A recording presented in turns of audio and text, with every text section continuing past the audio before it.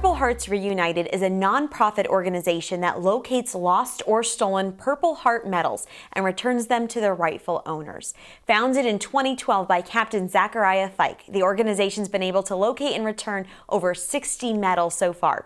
He's here from Vermont but has traveled all over the United States, changing veterans and their families' lives. Now, Captain, technically it started in just a couple years ago, but there's a backstory. Christmas '09, your mom gave you a Christmas gift, and it was this frame right here, or was this medal right here. Tell us about that. Yeah, it started with my mom, my best friend. She's made me the man I am today, and I absolutely love her with all my heart. She knew I liked antiques. I've been collecting antiques for about 7 years now. But while I was venturing into these shops, I noticed a lot of veteran military items, and it really broke my heart to see letters, uniforms, medals just kind of displaced within these shops. So I started to rescue them. So in Christmas in 2009, she found a Purple Heart. She paid $100 for it, and it was the big gift of the evening for me. I knew what it was right away when I opened it, and I saw that there was a name engraved on the back, Corrado Piccoli. And it really set on me that this medal didn't belong to me, and it set me on a journey. It took me a year to find his family. But I was successful in finding them and was able to return the medal to them. And what was their reaction when you returned the medal back to that family? What did they say? This medal was very special to them. Imagine, if you will, getting that telegram that your loved one had been killed. This medal would show up in the mail in an unmarked envelope some 30 to 60 days after the fact. This was the last tangible item that they had ever received with their loved one. You can picture a mother and a father sitting in the den, opening this package, holding this medal for the last time, knowing that this would be the last item that they ever received in memory of their loved one. They cherished these medals. They had a special place for them, whether it be on the mantle in the dining room or in the hutch. They looked at it during holidays. Kids would play with it, show their friends.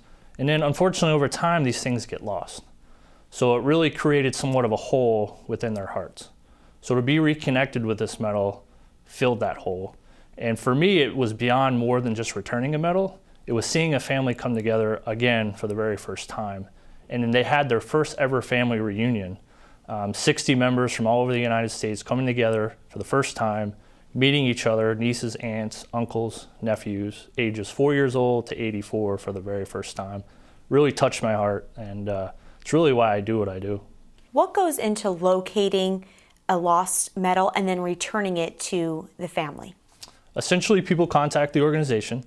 They send me the medal. It's very important that I see it to basically determine the time frame. The medal has maintained shape over time, but it's changed a little bit in how it's made, depending on the plastics or the resins. So I have to see it to really focus in, say it's World War I, World War II, Korea. And then I have to see the name to see if it's an actual government engraving. If it's a government engraving, it means it's called a presentation Purple Heart, which means a veteran died in combat, the medal was engraved by the government and then sent to the family. Some medals, however, have personal engravings. So veterans like myself who have a Purple Heart of their own could choose, if they live, to have it engraved on their own time. So you could really tell the difference between a personal engraving and then a government engraving.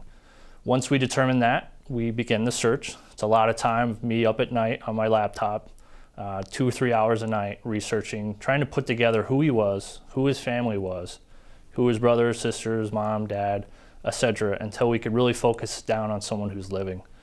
We contact them. We ask them what they would like to do with the medal. It's completely on them. Sometimes we send these medals directly in the mail with no questions asked. But some families want to do something. They want to have a memorial ceremony. So that entitles me of getting all the medals that the veteran would have been entitled to, not only the Purple Heart, but all his service medals. We get them professionally framed. Then we travel to the hometown and present those medals to the family. Talk about what other memories or events or returns that have really stuck out to you. My second return was here in Massachusetts. Probably the most impacting story for me. He was a pilot in Korea. Unfortunately, he died, saving his wingman's life. He was given the Distinguished Flying Cross and the Purple Heart. It was given to his wife. He had married 2 weeks prior to leaving for war, and she lost contact with the family. Somehow this medal turned up in a landfill in Pennsylvania, It was found by the head of sanitation.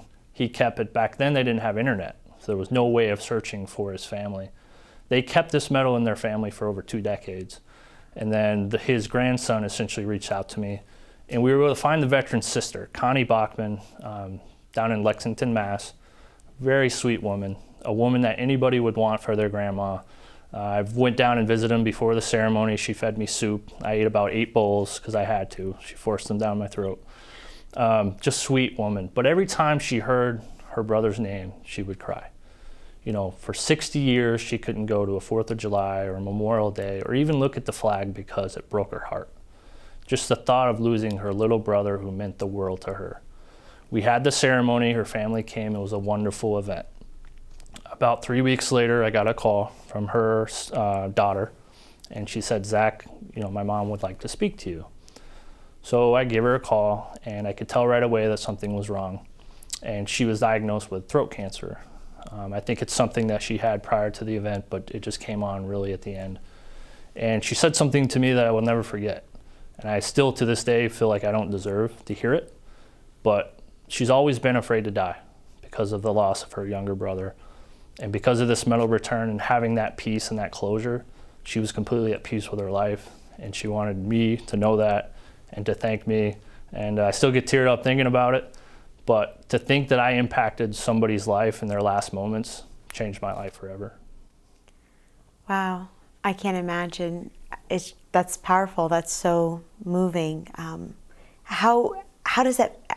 It sounds so trite to say. How does that make you feel? But doesn't it just overwhelm you at times? I think it's beyond me. I'm not a spiritual person. I do go to church. At times, I really do. There's stuff that happens that's not really explainable. I really do believe in my heart that these veterans are guiding people below, you know, and perhaps this was his way of helping his sister in need the last couple weeks of her life, bringing that family back together to see her in a time of joy versus a time of somber. I mean, she got dressed up for the event, got her hair done, she had a beautiful dress. I mean, it was just her moment, and I really do believe that was her brother communicating through me, possibly, and others, to put that event on. And those kind of memories are going to keep happening. You have some returns coming up. Talk about this gentleman right here and his flag. What is this return coming up about? Yeah, he was a veteran of World War II. Fortunately, he died. He was married, and his wife loved him very much. He was from Kansas. She was from New York, where my mom's from. And unfortunately, because he died and she didn't know the family very well, she moved back to New York.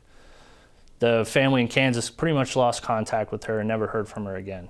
But she kept all his effects, you know, the flag that was on his coffin, his photo from when he joined, all her life. She never remarried, I imagine from a broken heart. And she just recently passed away. So her family, unaware of the other family in Kansas, sold the medals to an antique shop. Unfortunately, it does happen at times. And my mom saw them while she's out looking for more Christmas presents for me and paid, unfortunately, $500 for all his stuff. I would have paid 10 times more to get it and rescue it. And he came from the stance of, you know, why would you want these? The family sold these. And I just said, you know, sir, let me make that decision. Let me make that determination. So I did the research, and sure enough, the family in Kansas was ecstatic to hear from me, crying on the phone. Every conversation, there's tears of joy. They've been looking for their uncle's information for 60 years. They had no pictures of him. And just to think that they're going to get these things back, they're just completely blown away. And they're very thankful that, you know, someone like me came along, rescued these items, and going to return them to their family. Now talk about the significance of this medal over here. This is probably my most famous medal. He's actually, if you're familiar with the HBO series Band of Brothers, he actually was in Easy Company. It's a strange story how the medal was located. An inmate in the Florida Corrections, unfortunately his brother died. And I guess in their state, they get like a 6-hour pass to go to the funeral. So he was able to go to the funeral, and then he had an hour to basically go through his brother's effects. He finds the medals, goes back to prison, and calls a guard and says, listen, this doesn't belong to my brother. You know, I'd like to find this at home. So they contacted me, and sure enough, as I started to research, I noticed that he is one of the original Easy Company guys. He died June 6, 1944, jumping into D-Day in St. Mary-Glees. And we are still trying to find his family, and it's Joseph M. Jordan. So, how many of these medals do you have waiting to go to their rightful owners or their families? we're receiving about 3 medals a month. Currently have over 100 medals we're working. Some researchers have teamed up with me to help. Before it was me plugging away at a computer, now it's 20 or 30 of us researching medals, 30 medals at a time, which really helps speed up the process. I was averaging maybe a medal return every month or two. Now I have 4 returns to do around Veteran Day in 4 days. So I mean, it's really catching up to me. So it's growing beyond my belief. Now, out of all the returns you've done, only 2 you've been able to meet the original owner. They haven't passed away. Right. All the rest, if you could meet them, what would you say to them? What would you want to tell them? I would say thanks for your service. I joke at some of my returns that I picture these men at a long bar in the sky, drinking a cold beer, telling lies about their war service, which we all do, and just looking down and just with a huge smile on their face that they can, relax, that their medal is back home with their family, and I think that was the intent from the beginning. Great, thank you so much. Is there anything else you'd like to add? No, ma'am. All right, well, thank you so much, Captain, for coming on and telling us these stories. There's so many stories to be told here. We just touched the surface, I'm sure, because over 60 medals, and I'm sure there'll be hundreds more in the future, and we can't wait to hear even more. Thank you so much. Thanks for having me.